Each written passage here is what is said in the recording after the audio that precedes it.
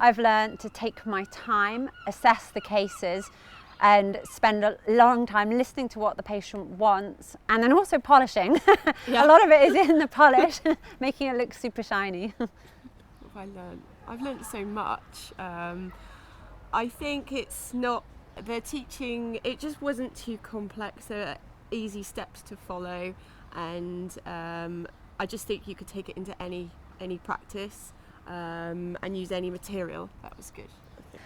In the last 2 days of the course, I have learned more about composite bonding and polishing techniques than I learned as an undergraduate in the whole 5 years that I did dentistry in Cardiff. I feel that it's given me such a much better understanding of how to do the physicality of doing the process of composite bonding, but also the stages and steps that you need to do for making a treatment plan.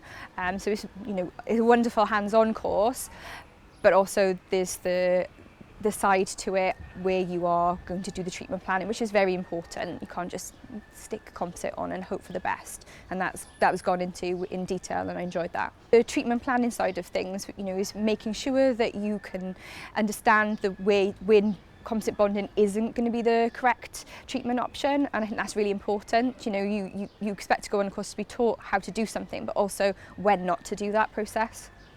When, for example? In certain wear cases, or when you've got problems with the occlusion, a bite, to consider doing orthodontic treatment prior to the bonding. So, these are all things now that are becoming more obvious, but it's really good that we go through those step by step.